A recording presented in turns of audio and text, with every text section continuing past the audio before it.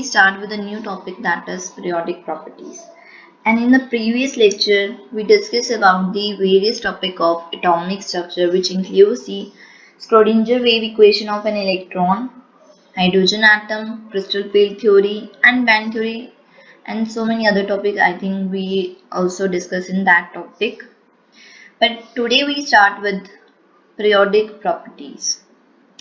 So basically, this term is derived from the term periodicity. Periodicity is that property which repeat after certain interval of time, and it is basically directly or indirectly depend upon the electronic configuration of an atom.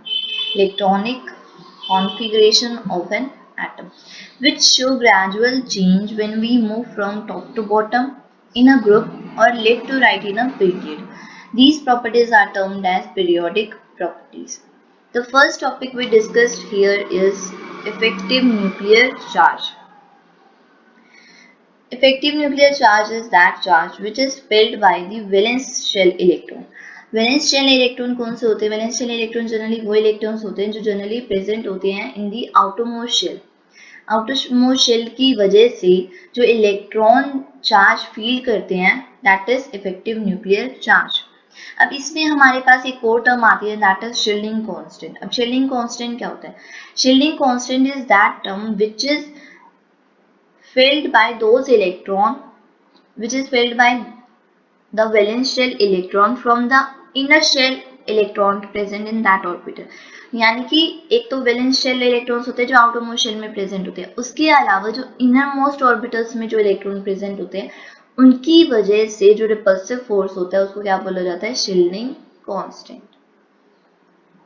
तो चलिए हम discuss करते हैं कि हम इसको calculate कैसे करते हैं इफेक्टिव न्यूक्लियर चार्ज को. हम एग्जाम्पल से समझते हैं. First example, what is the effective nuclear charge filled by an electron in n equal to 3 shell in sulfur atom. Sulphur atom के थर्ड ऑर्बिटल में जो इलेक्ट्रॉन प्रेजेंट है उनका इफेक्टिव न्यूक्लियर चार्ज हमें क्या करना है? कैलकुलेट करना है. तो एटॉमिक नंबर क्या है सल्फर का? 16. Electronic configuration is 286. सिमिलरली इसके आउटरमोस्ट शेल में कितने इलेक्ट्रॉन प्रेजेंट है? 6. अब अगर आउटरमोस्ट शेल में इलेक्ट्रॉन प्रेजेंट है 6, तो उसके इनर ऑर्बिटल में कितने इलेक्ट्रॉन प्रेजेंट होंगे? 2 + 8 दैट इज 10. तो स्क्रीनिंग कांस्टेंट इस एटम के लिए क्या हो गया? 10. तो इफेक्टिव न्यूक्लियर चार्ज का फॉर्मूला क्या था? एटॉमिक नंबर माइनस में शील्डिंग कांस्टेंट, तो which comes out to be 6. तो हमें अब समझ में आ गया n = 3, that means third orbital में जो इलेक्ट्रॉन है वो कितना इफेक्टिव न्यूक्लियर चार्ज एक्सपीरियंस कर रहे हैं? That is 6. सिमिलरली अगर हम यहाँ पर बात करें सेकेंड एग्जाम्पल की, that is effective nuclear charge of an electron in n = second shell of chlorine. यानी कि हम क्लोरीन एटम के सेकेंड शेल में जितने भी इलेक्ट्रॉन्स हैं उनकी बात कर रहे हैं.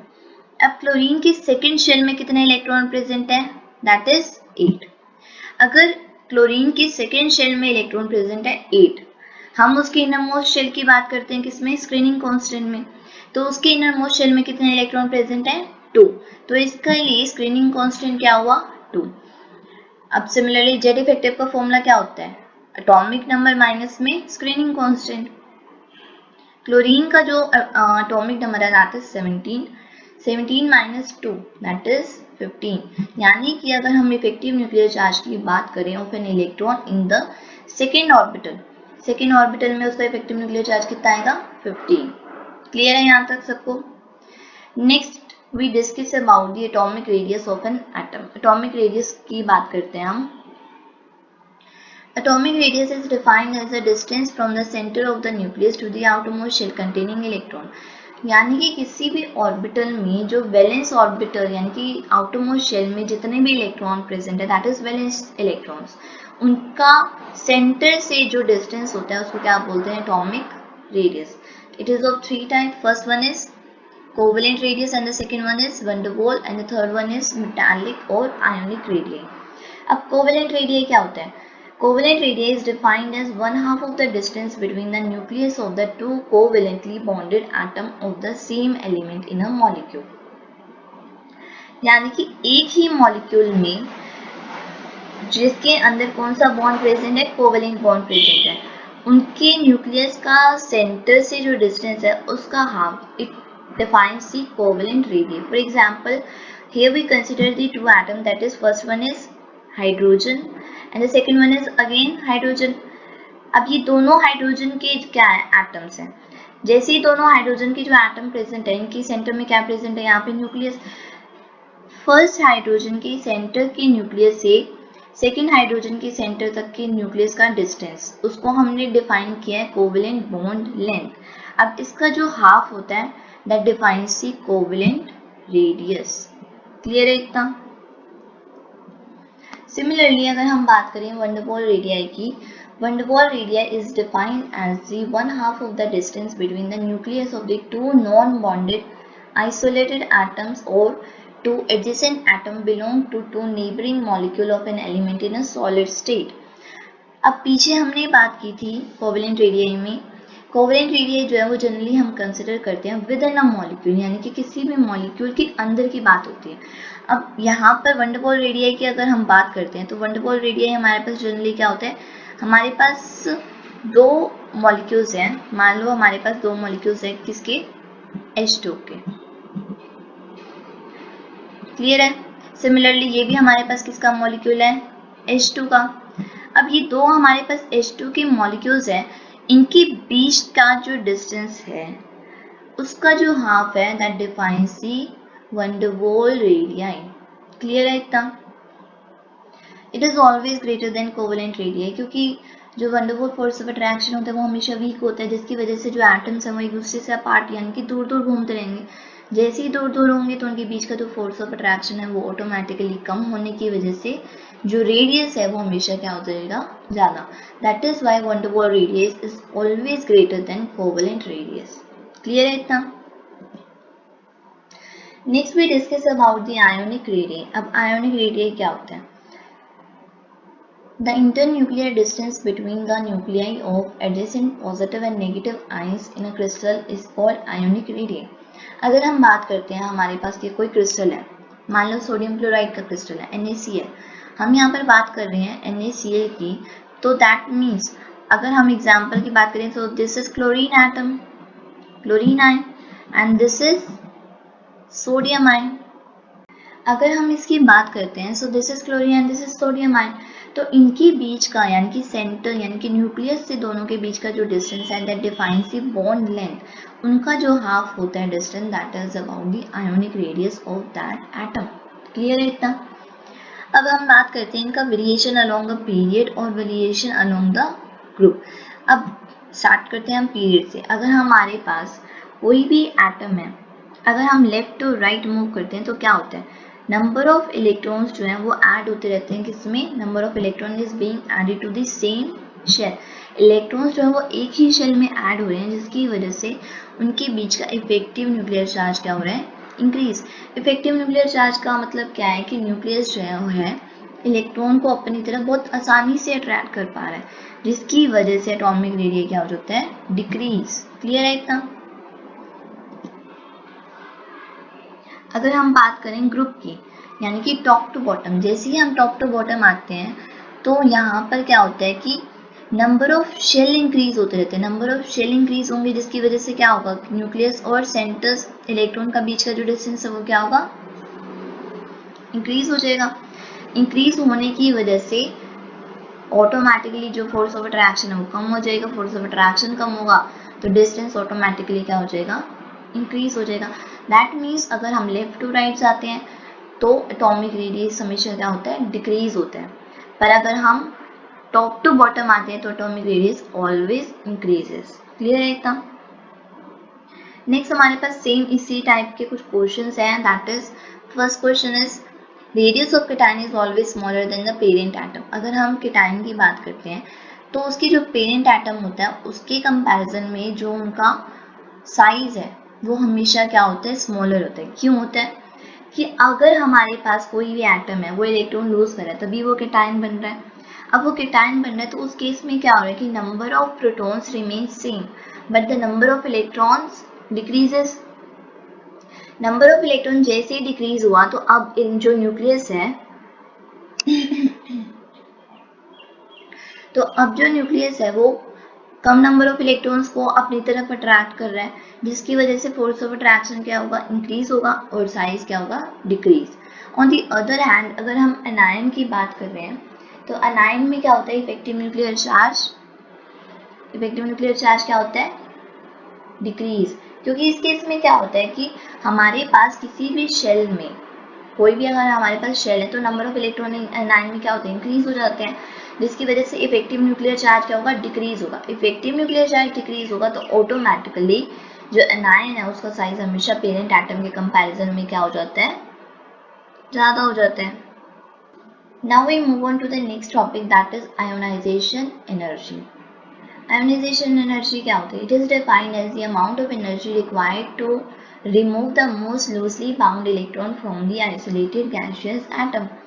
अगर कोई भी एटम है वो हमारे पास गैस की फॉर्म में प्रेजेंट है तो उसके आउटरमोस्ट शेल यानी कि वैलेंस इलेक्ट्रॉन को निकालने के लिए जो अमाउंट ऑफ एनर्जी रिक्वायर्ड है that is ionization energy.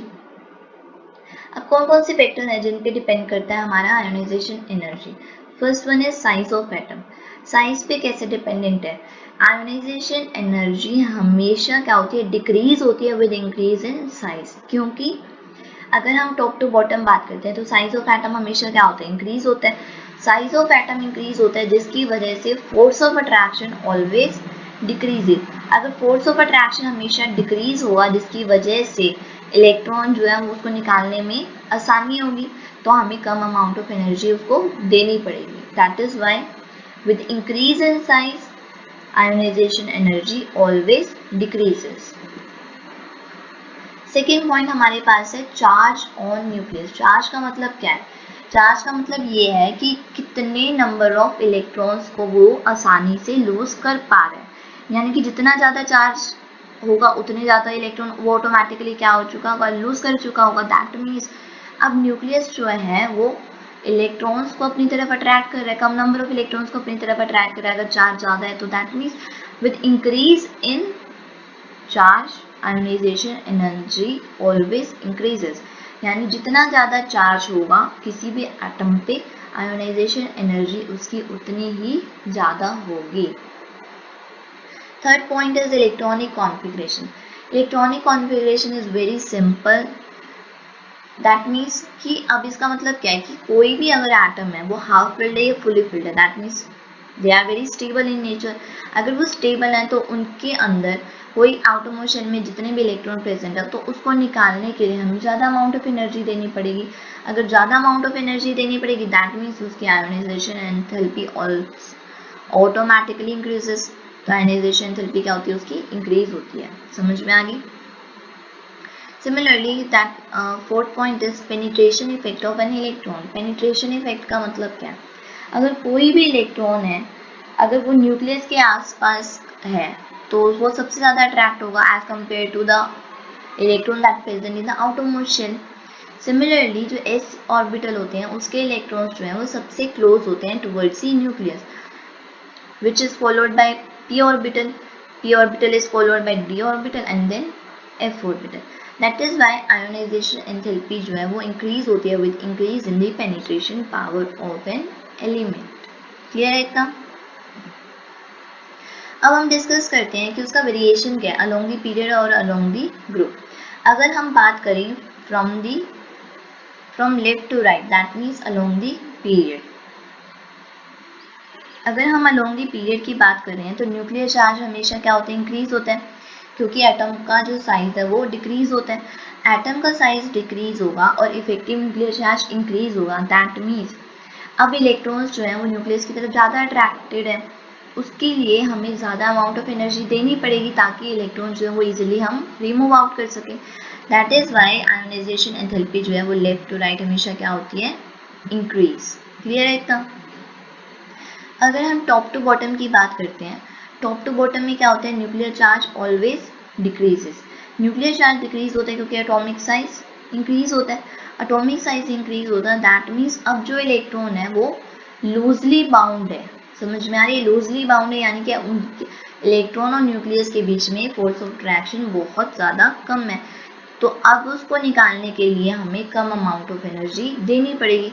That is why ionization enthalpy decreases along the group. Clear है? तो हमने इस टॉपिक में, हमने इस पूरी वीडियो में हमने जो टॉपिक्स पढ़े that is atomic radii and the second one is ionization enthalpy, and also we discuss about the variation of both the properties along the group or along the column. Clear है? तो I hope आप लोगों को समझ में आया होगा. If you like the video then please subscribe to my channel and please share this video as much as you can. Thank you so much.